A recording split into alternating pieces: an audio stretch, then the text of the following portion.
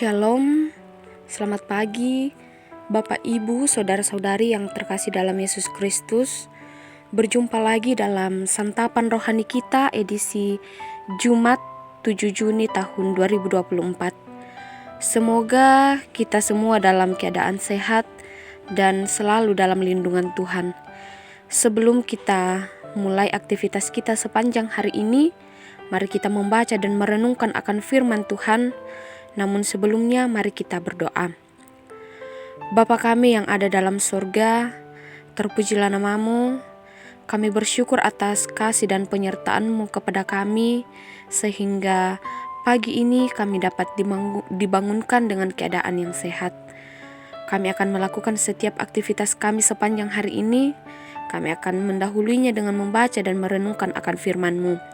Biarlah kuasa Roh Kudus yang akan menuntun kami sehingga kami dapat benar-benar menemukan kebenaran dalam kehendak-Mu.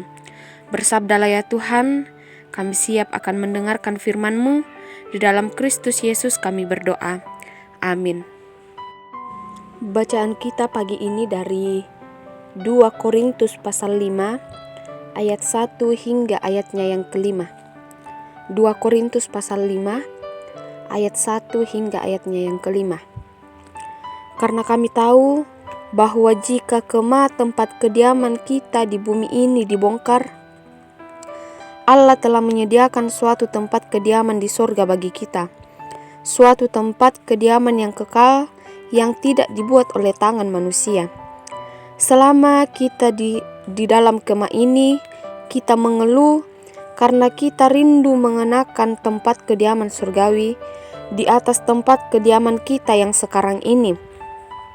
Sebab dengan demikian kita berpakaian dan tidak kedapatan telanjang, sebab selama masih diam di dalam kemah ini, kita mengeluh oleh beratnya tekanan, karena kita mau mengenakan pakaian yang baru itu tanpa menanggalkan yang lama, supaya yang fana itu ditelan oleh hidup.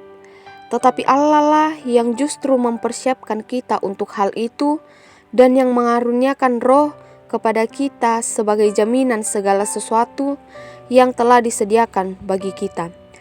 Amin firman Tuhan. Tema dari bacaan kita pada pagi hari ini yaitu pakaian lama versus pakaian baru. Pengalaman di penjara tentu membuat orang bersedih karena penderitaan yang dialami, baik penderitaan fisik ataupun psikis. Menariknya, pengalaman Paulus di penjara sangat kontras dengan itu. Jika memperhatikan ayat-ayat terakhir pasal 4, maka pengalaman penderitaan di dalam penjara yang kejam justru dinilai Paulus sebagai penderitaan yang ringan. Dalam pasal 4 ayatnya yang ke-17, kendati manusia lahirianya semakin merosot, namun ia tidak tawar hati. Dalam pasal 4 ayatnya yang ke-16, kesaksian tersebut tentu bukan tanpa alasan. Alasan Paulus sangat tegar dan teguh menghadapi penderitaannya ditemukan di dalam bacaan kita.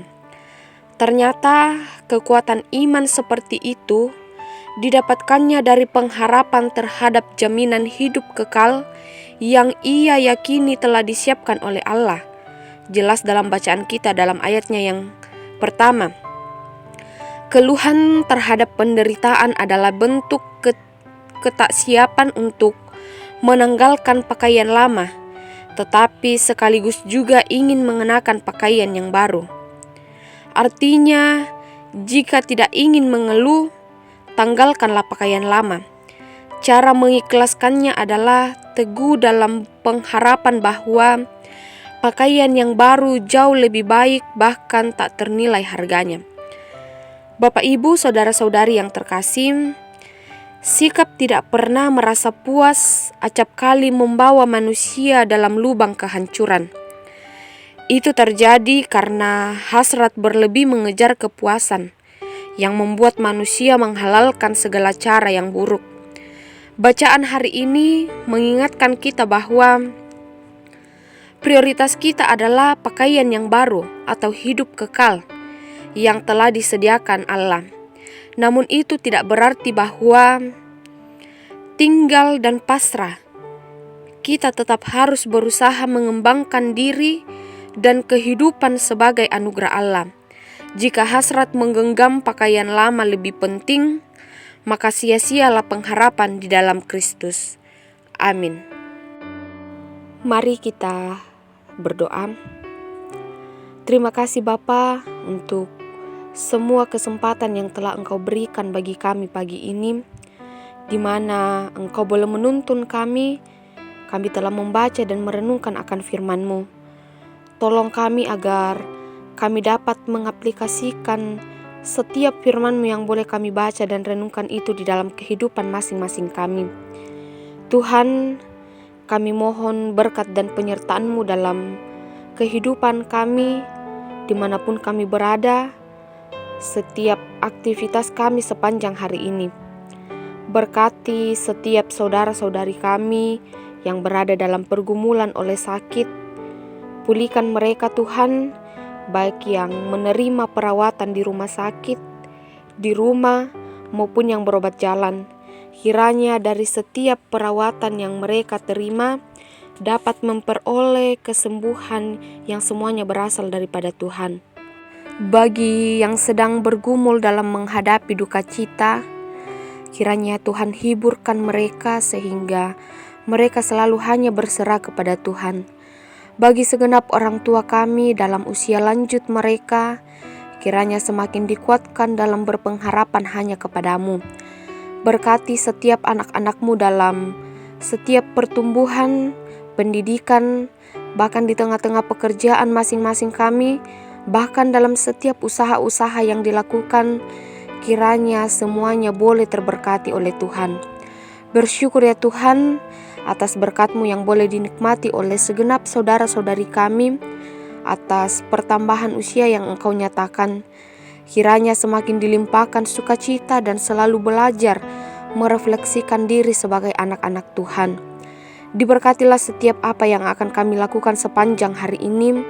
Tuhan jaga dan peliharakan kami selalu. Berdoa bagi bangsa dan negara ini. Tuhan berkati setiap para pemimpin kami dalam mengangkat tugas tanggung jawabnya, agar kami semua boleh dipimpin dengan penuh kebijaksanaan. Bapa di sorga, ini doa ucapan syukur kami Tuhan, permohonan kami kepadamu.